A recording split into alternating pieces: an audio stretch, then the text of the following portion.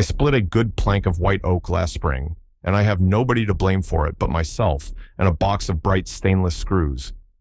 I was building a garden bench for my daughter, the sort of thing meant to sit out under weather for the rest of her life, and I drove those screws home the way the young fellow at the hardware counter taught me, snug and proud and dead, straight down the grain. By the middle of August, the seat had a crack running clean through it, right along the tidy line of fasteners, because the oak had swelled in the summer damp and had nowhere on this earth to go but apart. An old shipwright I once worked beside at the Essex Heritage Yard, a patient man named Tom Prewitt, used to tell me the sea had been testing wooden joints for 1,000 years, and had long since told us plainly which ones it trusted. What nobody at that hardware counter understood was that the strongest wooden things human hands have ever built were held together with almost no metal at all. This story does not really begin with my cracked bench. It begins with an old and simple truth that the shipwrights lived by, and most of us have quietly forgotten, which is that wood is not a dead material you bolt together, but a living thing that drinks in the wet and shrinks back in the dry for every single year it stands. A rigid metal fastener fights that seasonal movement, and over enough winters the fastener always loses. The old joints did something far wiser.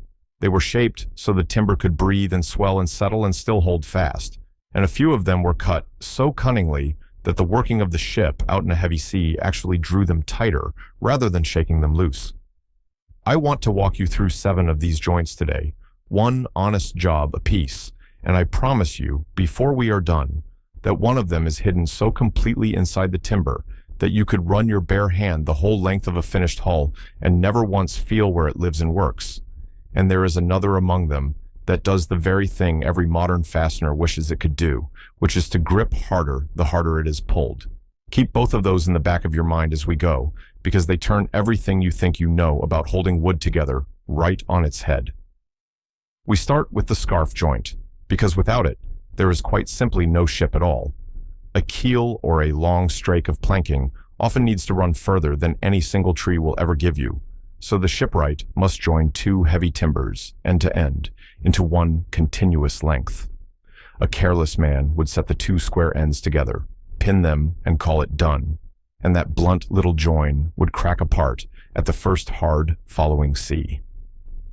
The scarf does something else entirely. It cuts each timber down into a long, shallow taper, a gentle sloping wedge, sometimes 2 feet or more in length, so the 2 pieces overlap along a broad, angled face, instead of meeting at one weak vertical line. No glue ever entered into the matter. The whole genius sits in that angle, because a good shipwright cuts the slope, so the working load of the vessel presses the 2 tapers together, instead of prying them apart. Tom Prewitt laid out my first proper scarf on a length of Scottish larch, marking the slope so the taper ran long and fine, and when I doubted it, he ran his thumb down the wood and said it would hold longer than you and me both. He was right about that. The finest scarfs even carry a small squared shoulder at each end of the taper, a little nib, the old men called it, that stops the thin feathered tip of the wood from curling up and lifting under strain. I learned to leave that nib the hard way, because my second scarf had none, and one fine feathered edge peeled back on me in the shop like the corner of an old book left too long in the sun. Cut the nib. Leave the taper long. The replica longship, called the Sea Stallion, crossed open northern water on joints laid out in exactly this fashion, and my own humble larch scarf is still afloat and holding to this very day. Now the tree nail, which the old hands always pronounced trunnel, and spelled however the mood took them. This is nothing grander than a wooden peg, usually turned or split from bone-dry oak or from locust, driven through a bored hole to pin a plank to its frame. And here is where the humble wood outsmarts the proud iron completely. An iron spike rusts hard in saltwater, weeps a black, bleeding stain out through the surrounding grain, and in time eats itself hollow and lets go. A wooden trunnel does the exact opposite. It is hygroscopic, which is only a long word for a thing that draws water into itself and swells, so the moment the sea soaks that peg, it grows fat inside its hole and jams itself watertight against the very timber it passes through. The fastening tightens its own grip. The finest builders went one better and used a drawbore, boring the hole through the frame, a hair offset from the hole in the plank, so that driving the peg hauled the two pieces violently together and locked them under a lasting tension. Clifford Ashley wrote down more of this old wisdom than almost any man alive, and I keep his heavy book on my bench still. I learned the discipline of trunnels the hard way when a peg I had rushed snapped off below the surface, and I had to bore the whole ruined thing back out and begin again from nothing. Many old hands also sawed a fine slit across the buried end of the peg and set a tiny wedge into it before driving, so that when the trunnel bottomed out, that wedge spread its far end wide and locked it there for good. Season your pegs bone dry, drive them straight and true. Between the swelling and the wedge and the offset bore, the ocean itself does the final clamping for you. If your hands are itching to try these joints on your own bench, every one of them lives in far greater depth inside my book, Secrets of the Shipyard, 150 pages on wooden tree nails, watertight faying without a drop of glue, and joints that only grow tighter with age. Scan the code there on your screen. Build something that outlasts you. The third joint is the rabbet, and this one is quieter than the rest, but not one bit less clever for it. A rabbet is simply a long-angled groove, cut down the length of the keel and up the curve of the stem, a clean channel with two flat faces meeting in a hidden inner corner. The garboard, which is the sailor's name for the very first plank laid hard against the keel, seats its shaped edge down into that groove and locks there for good. Without a rabbet, the plank ends would sit naked and exposed against the side of the keel, and the sea would work its patient way straight up underneath them and into the boat. With it, the plank tucks itself into a shaped pocket that holds it fair and keeps the water out where it belongs. Shipwrights call those tight mating surfaces the faying surfaces, the places where two timbers marry face to face, and a good rabbet gives the garboard a broad, true faying surface to seat against.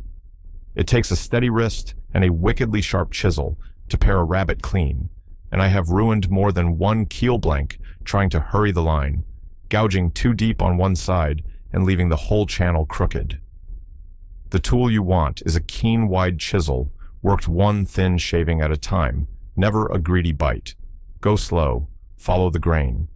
A keel carrying a clean rabbet is a keel that argues with the whole ocean and quietly wins.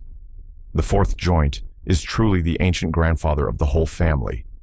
The mortise and tenon is a tongue of wood locked inside a matching socket, and it is how the shipwrights of the old Mediterranean edge joined the planks of a hull long before internal frames were even a common notion.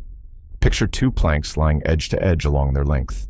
The builder chops a whole row of small square sockets, the mortises, into each mating edge, then slides a little shaped wooden tongue, the tenon, down into both planks at once so that neither one can ever slip away from the other. A slender peg then pins each tenon so it cannot walk back out. The old builders spaced those little tenons close along the seam, sometimes only a hand span apart, so a single plank might carry dozens of them marching down its edge like the teeth of a comb, and the whole hull grew stiff and true from the planking inward rather than from a skeleton of frames outward. It is a slow and painstaking way to build a boat, and it asks real patience of a man. The Kyrenia ship and 100 lost traders like her carried grain and oil and wine across the whole known world on hulls stitched together in just this way, and divers still haul them up off the dark seabed today with their long seams held fast by nothing on earth but shaped wood and patient time. The fifth joint is my own quiet favorite, and it is really the scarf grown clever and a little bit sly. A plain scarf holds beautifully under compression, but pull hard and steady on its two ends, and a plain taper can still creep and slide apart. So the shipwright cuts what we call a hooked scarf, or a keyed scarf, which adds a squared locking step partway along that long slope so the two halves catch and hold on one another like a pair of hands hooking their fingers together. The best builders then drove a small hidden wedge down into the seated joint, a fox wedge, which is a wedge tucked away inside the timber where no eye will ever catch it, spreading the wood tight from within as the joint drives home. Many split their stock by riving it, which means cleaving the wood along its natural grain rather than sawing straight across it, so that every fiber runs long and unbroken and carries its full share of the load. I ruined a good oak beam the first time I tried one, cutting the locking step a shade too shallow, so it skipped right past its catch under load, and I have respected that little step ever since. Now the joint resists a hard pull just as stubbornly as it shrugs off a hard push.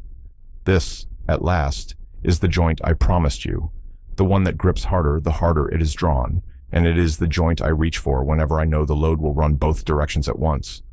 The sixth is the one I promised you would never be able to see, and I have held it back on purpose. It is called a coke, and it is a small hard block of wood hidden entirely between two mating timbers, doing its whole life of work down in the dark. Imagine two heavy beams that must sit one squarely atop the other, without ever shifting sideways under a load. The builder cuts a shallow matching pocket into each facing surface, and drops a hard little key of oak down between them, buried there where no hand will ever find it, and that hidden key stops the two great timbers from sliding across one another no matter how violently the whole ship twists and racks in a swell. You could run your open palm the length of that finished timber and feel nothing but one fair clean seam. All the strength is folded away inside where the eye cannot go. Tom Prewitt once opened up an old rotten beam for me on the yard and showed me a coke still doing its quiet job, long after the iron around it had rusted clean away to orange dust, and I have never once forgotten the sight of it. There is something deeply honest about a joint that labors its entire working life unseen and unthanked and never asks a single soul to admire it. The seventh joint carries the very deck beneath your feet. The deck beams, those great crosswise timbers that span the open hull and hold your boots up above the cold water, are locked into the sides of the ship with dovetails, the same fanned and flaring tails a fine cabinet maker cuts into the corner of a drawer, only here they are working at the enormous scale of a whole seagoing vessel. Each beam end is shaped into a spreading tail, wider out at its tip, then back at its root, and it drops down into a matching socket, cut in the shelf along the hull side, so that the harder the sea heaves and tries to spread the two sides of the ship apart, the more fiercely those angled tails bite down and refuse to pull free. Cut the tail too steep, and it splits under the strain. Cut it too shallow, and it slips its socket. And finding that fair middle angle is the work of a real shipwright rather than a rough carpenter. A wooden ship laboring in a gale is forever trying to open itself up like a book falling apart at the spine. The dovetailed deck beam is the one joint that looks the whole heaving ocean square in the eye and tells it a flat and final no. Now stand back with me and take in the whole hull for a moment, because this is the exact part the hardware counter never thinks to tell you. Iron was used in these ships, and I will not pretend otherwise. Clenched nails and rivets and long iron straps all did honest work. But the true structure, the thing that holds a wooden ship faithfully together across 200 years of storms, is shaped wood locking hard into shaped wood. The scarf lengthens the timber, the trunnel pins it, the rabbet seats the plank, the mortise and tenon edge joins the strakes. The hooked scarf flatly refuses to pull apart. The coke hides its whole strength away inside, and the dovetail holds the deck fast against the entire weight of the running sea. Every last one of them shares a single old secret, which is that they were built to move gently along with the living wood, instead of ever fighting it. And that is the very reason they still outlast the bright fasteners we reach for so proudly today. Learn to think the way they think, and you stop building against the weather and start building in agreement with it. I think about my daughter's cracked bench often now, and I find I'm not too sorry about it anymore, because that one split plank taught me more than a flawless one ever could have. I rebuilt the whole thing over the winter with a rabbet to seat the seat boards and dry riven oak pegs to pin them home, and I have not put a single screw anywhere in it. It has weathered a wet gray spring and a long, hot, dry summer since, and the wood has moved the way honest wood always will, and the joints have simply breathed and moved along with it and held. That is the real gift these old sea methods hand you. Not a stubborn wall thrown up against the seasons, but a patient and lasting agreement with the wet and the dry and the slow turning of the years. If today has lit something in you, my book Secrets of the Shipyard lays this whole craft in your hands across 16 chapters. The preservation methods with pitch and tallow and linseed oil, the watertight work without glue, and 3 full build projects. The link waits in the description below. Come subscribe to The Master Shipwright, where we keep the ocean-tested craft alive one honest joint at a time, Fair winds to you, and I will see you at the next bench.